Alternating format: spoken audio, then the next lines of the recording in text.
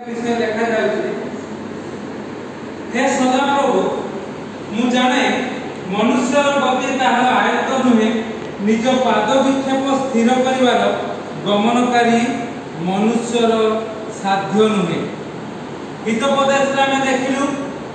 पधर अगम बुझी हुए ना अनेक विषय को मानकर ना दीटा कथा लिखा जाए उच्चता हेतु स्वर्ग और गभीरता हेतु पृथ्वी आउ राजा मानकर हृदय ओढ़ागम माने बुझी हुए ना स्वर्ग केते उच्चरे अछि पृथ्वी रा स्थिति कोठी केते पर्यंत जाईछि एटा को साधारणतः बुझी हुए ना। तापर कोन लिखा जाईछि राजा मानकर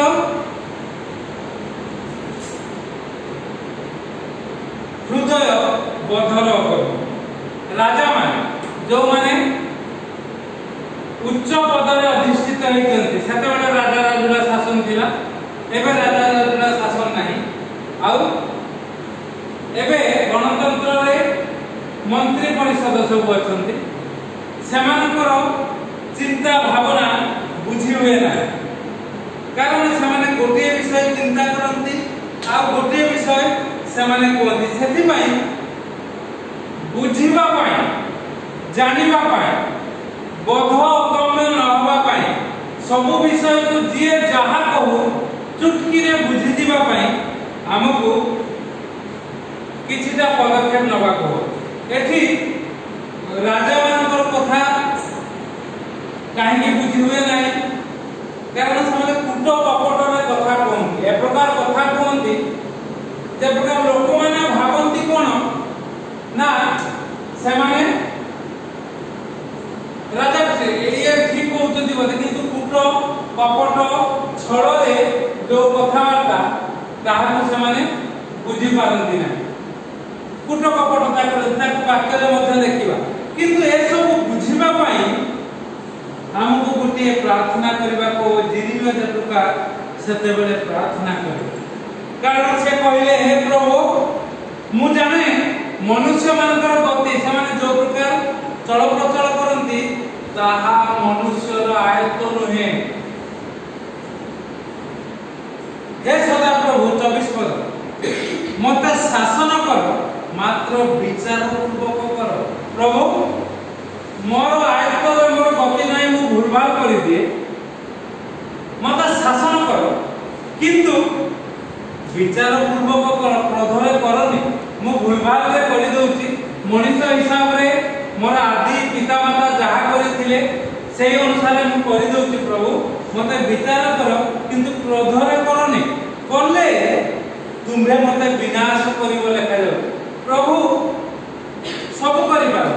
तांको हाथ रे सृष्टि अछि तांको हाथ रे प्रलय मध्य अछि सृष्टि रो उत्पत्ति अछि सृष्टि रो प्रलय मध्य अछि मनुष्य को से निर्माण करिसंती मनुष्य को से आशीर्वाद करि पारंती आउ मनुष्य जदि तांको पथरे न चले से मध्य अभिशप्त हुए एक कथा भी से करि पारंती सेति पय हमके प्रार्थना करबा को जने राजांकर चित्र चरित्र हमें देखिबा माथ्यू तारो 2 पर्व 8 पद माथ्यू 2 पर्व 8 पद रे कोन लिखा जाउची माथ्यू तारो 2 पर्व 8 पद से लिखा जाउची पुनी हेरोद राजा सेमानन अर्थात पंडित माननकु बेथलेहेम को पठाई कहिले आपण माने जे जाई से शिशु को संबंध रे सूक्ष्म रूपे अनुसंधान करंतु आ संधान पाइला क्षणी हमको संवाद दियंतु जेपरि आम्भे मध्य जाई ताहांकु प्रणाम करिबा ए सुंदर कथा उत्तम कथा सुनी से माने राजा को कथा सुनी चली राजा जो कथा कहउचंती ए कथा को पंडित माने बुझी पार नाहंती जे कूट कपटतारे जो कथा कहते से गीतोपदेश लिखा जाउछि आमे जहा पढ़िलु तार 25 पर्व 3 पद आ राजा मानक हृदय बोधागम्य बुझिबा बड़ मुश्किल बड़ कष्ट बुझी हुए नहीं ज्ञानी सेटा लिखुचंती ज्ञानर कथा सेथि पई आमन को बुझिबा पई हो एथि जतले पंडित माने बुझी पाउ नांती आपण देखिबे जतबेले सेई माथु तार 8 पर्व 13 पर्व जेहेतु पंडित माने ईश्वरंकर इच्छा प्रमाणे से माने जाउतंती राजा को भेटुचंती राजा के संगे कथोपकथन करूचंती किंतु राजा को कूट कपटतारे कथा कहउचंती माने बुझी पाउ नांती मात्र केते पद कहली 13 पद लिखा जाउछि सेमाने प्रस्थान पत्र कला उतारे प्रभुଙ୍କର जने दूत स्वप्न रे जोसेफ को दर्शन देले आ कहि उठ शिशु तांको माता को नहीं घेनी मिस्र को पळा पुनी आंबे तुमको न कहवा पर्यंत सेठारे रो कारण शिशु को विनाश करबा निमंते हेरोद तांको अन्वेषण करबा पर्यंत जो हेरोद को कथा ने पंडित माने आसीचंती आ पंडित मान को मध्य प्रभु कथा कहले 12 पदरे परे हेरोद को निकट को बाहुरी न जीवा को स्वप्न रे प्रत्यादेश पाई से माने अन्य पद दे स्वदेश को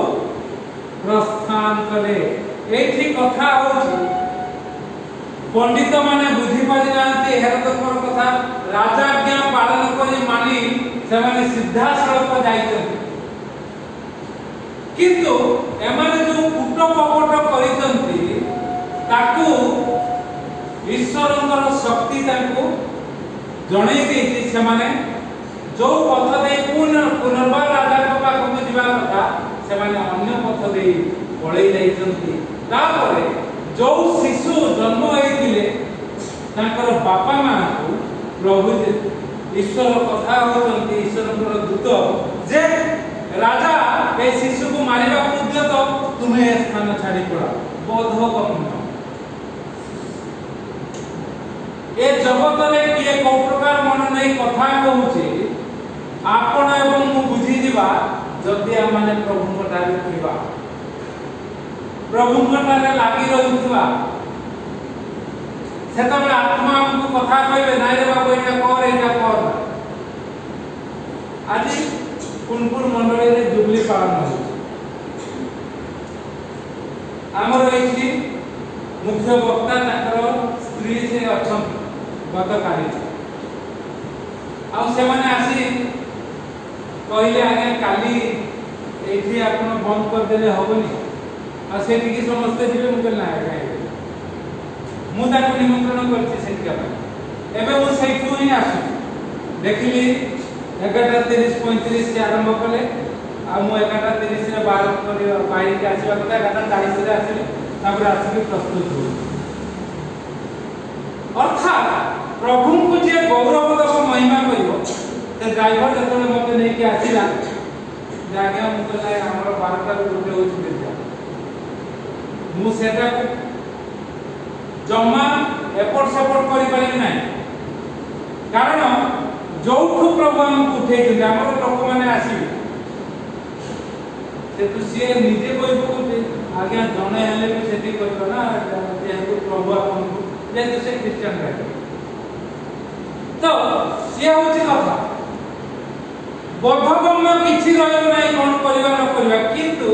मु से ड्राइवर को कहउतली बालक प्रचार को माने भूल कर दियंती कोन तांकर मुख्य विषय को से माने परित्याग कर दियंती छाड़ी दियंती जानि पारंती नै प्रभु मते कथा कहिसंती प्रति सप्ताह में प्रभुंकर सेवा जदि मु से बहुत वयस्क आपण मान जिला बेले जदि आसीले आपण देखबे तांको कथा सुनि थांती ताहले मु प्रभु को तांको बेसी सम्मान देबी हो कि नै प्रभु मते आशीर्वाद करिवे कि से कथा से ड्राइवर संगे कोई आसुलु आउ तापर से फेरि दियो तो ये होची कथा बद्धगम्य किछि रहइबो नै जेते चाप पकांत मते खाली साइमन बाबू एवं ताकर स्त्री ज्ञानदा जे बहुत चाप पके जे समस्त को नै जिवा सेठी से माने गिरजा करियो ना हे लागो का मु आपन को नेबी छाड़ीबे आउ फेरि तबे आसु प्रभु हमको जो चिंता देइछन जो भावना देइछन जो प्रकार विषय देइछन आमे जगत से माने ताको अनुसार ठीक होतो दे तो गिरजा होची सेठी तो आमे गिरजा करिवा लोक माने जाई कि सेठी बसिले कोन हो किंतु होची मो पाखे कारण एठी प्रकार सुसमाचार शक्ति केंद्र करिवा पई मु सक्षम नथि कि योग्य नथि जदि एठी प्रभु ता करिले प्रति रविवार कोरोना समय रे जो प्रकार भाव रे सब आड़े बन आमे प्रभुंकर सेवा करि पारबु से कथा को जदि भूली जाए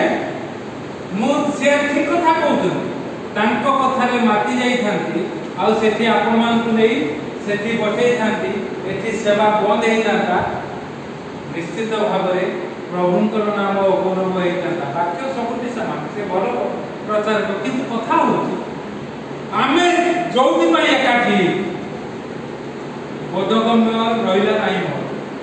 बुझी पारली मु कहला एकाठी बंद करियो आपण माने जान तो ये सब कथा सेठी पय राजा सोलोमन कहले हितोपदेश तार 25 पर्व 3 पद रे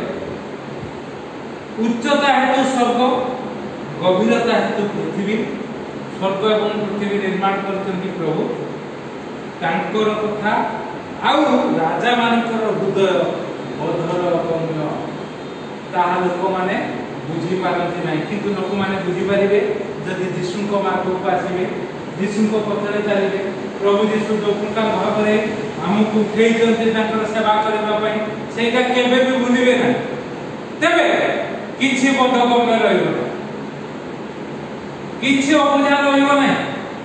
सब आपण बुझी पारिबे जानि पारिबे एवं पदक्षेप नेबे प्रभु गौरवान्वित हेबे एवं आपण एवं मु आशीर्वाद प्राप्त होबा प्रभु ए चिंता रे हितोपदेशर वाक्य बोधगम्य ए चिंता रे आपको आशीर्वाद करंतु बोधर अगम्य किछि नाउ सब बुझी पारु आमे जानि पारु तदनुसारी आमे आत्मिक एवं जागतिक सठिक पदक्षेप नै पारु ए प्रकार प्रभु हमको अनुग्रह आशीर्वाद करंतु आमेन।